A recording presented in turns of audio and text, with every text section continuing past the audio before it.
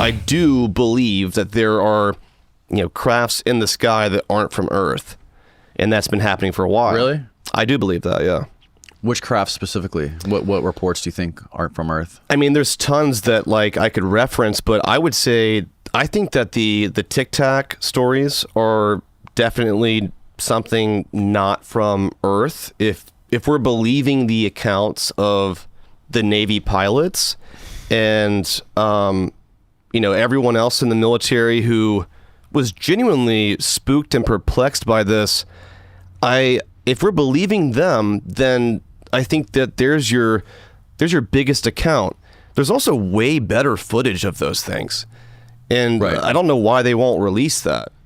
I mean, maybe it's top secret, whatever. If it's a fucking balloon, who cares?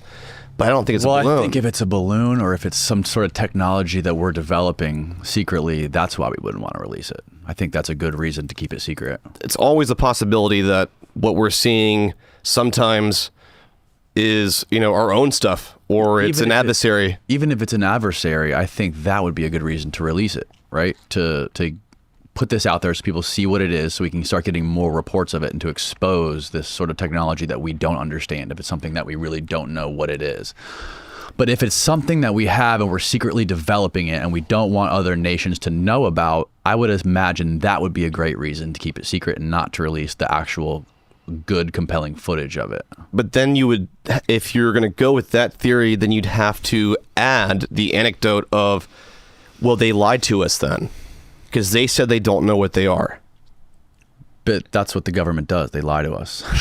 I mean, sure. But at what point do you believe them now, or do you believe them then, or you believe them this time? Right. You can't, you never know. What's you never know. That's a bold statement. So that's either the person, that was, approved that statement believes that is true, or there's some other deep, dark, small black operation that would, that's going on that is developing technology that our smartest F-18 pilots don't know about. There definitely is. That definitely exists. Sure. But to what end as well? Right. Do we think that we've reached the point where we can do stuff that these F-18s can't? Seemingly defy laws of physics with things? Have we gone there? I don't know. But that would also have to be one more asterisk with that way of thinking of that they're all ours, which who knows what they are, but they're not what we're used to seeing. There's so many different... And they go back a long time. Right. And that to me is also odd. That's very odd. When you go back to the 50s, then you start to get freaky. To me, those are the most compelling cases. Yeah. Because you can go back as a researcher and you can look up literally what happened that day. Right. And we know exactly where technology was to a point. Right. It's a Kodak film picture that wasn't photoshopped. Right. So what the hell is that thing? Yeah, I think if anything, I think the sightings and the videos and the accounts from the 50s and the 60s could be definitely alien. But when it comes to the new stuff, I just don't know. I don't trust the people that got us into the Iraq war under false pretense. Yeah, it's harder to believe that stuff now when you see it, even if it's super compelling. Have you seen... you can find, I don't know if you've seen the article yet, but there's an article posted on Warzone where the journalist, Tyler, I forget his last name, he found out have you ever heard... I gotta give some context. Have you ever heard of Ryan Graves, the Navy fighter pilot who recounts seeing these objects on his radar on his F-18? I actually spoke to him on the High Strange podcast. Okay. He recounts seeing this thing, or not him seeing it, but he saw it on his radar. But one of the guys that he was flying with saw something he described as a cube inside of a sphere. Yep. You remember that? Yep. What do you think about that? That's just weird. Yeah. I'll be honest, my reaction to that when he, described that to us for the podcast was I'm going to text you something, Jordan. That sounds oddly specific. Right. And it's you have this sort of trope idea, this Hollywood image in your head from all the, sci-fi movies over generations that it's this flying saucer all the time, and not something that is maybe none of those things at all. What would that be? I don't know. You could speculate, but it doesn't sound like a craft Also sounds like nothing we've ever had ever. So like, is it like a energy thing? Is it like a portal? Like, is it like a drone that looks really cool? Like, I don't know. Yeah, so this article that was done by this guy on the War Zone, he basically discovered the patent that was, I think, approved in the 80s, I think, for a radar deflecting device that is basically propelled into the atmosphere. Does it look like it? Via a submarine, and it's a balloon with a radar deflector inside. Go down, you can actually see the diagram for the patent. Oh, weird, yeah. So it's a tetrahedron, is that the right word? But it could easily be mistaken for a cube if you're flying by it really fast. Yeah, I mean, it looks kind of similar. And they were developed during the Cold War, and they were actually tested over Cuba. So why would these things be floating out here now? Right, in their airspace without their knowing? Right. And the interesting thing is that they only started seeing them once they upgraded their radar equipment in their F-18s. Yes.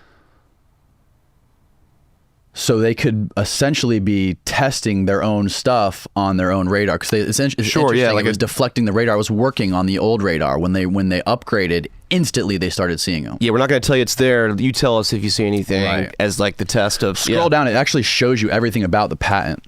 So can you zoom in on that?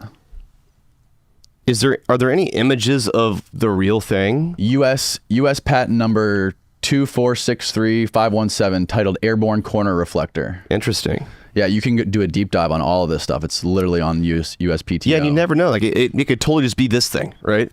Something that we don't have much knowledge of that is not alien, but foreign enough to spook a Navy fighter pilot. Right. So that what they were doing was they were deploying these things from submarines over Cuba. And then they were like shooting like phony radar signals, trying to confuse scramble stuff and scramble Soviet radar. Yeah. During the Cold War. That's wild. That's a good find. So there's lots of things, man. I don't know. Ever since the Tic Tac and this thing, I just have been super skeptical that this is. And then the recent thing that came out a couple days ago that pilot shot over. What was that recent one, Jordan? Where was that? That was like in Venezuela or somewhere like that. Oh, the Colombian one. Colombia. That was where. Yeah, I like that one. Yeah. I mean, it does look cool. I'll give them that. I don't think that shit is aliens. I think that's got to be our technology. And maybe it is, but that's a very UFO looking thing, right? They didn't. Yeah. They made it look like we want them to look like then. Yeah. Yeah, it looks like a manta ray. Or a disc flying. I don't think that it's like a traditional balloon, because I feel like it would move differently if a plane passes it like that. Yeah. How fast is that plane going? Like 100 miles an hour? I think so. Something like that. How fast would something be if you're driving on the highway and you passed a sign? How fast would it be going compared to if you play that back again? It doesn't seem to be moving very fast. Yeah, so I don't think it is moving very fast. It optically appears that way, but it's not. Right. But I think it is moving. Right. Yeah, it's just also super high up there. Like, it's like, maybe it's not an alien spaceship, but I don't think it's a balloon that flew away from the Party City parking lot either. No. Else it's super high up there. And it looks like a craft, like a thing that does something.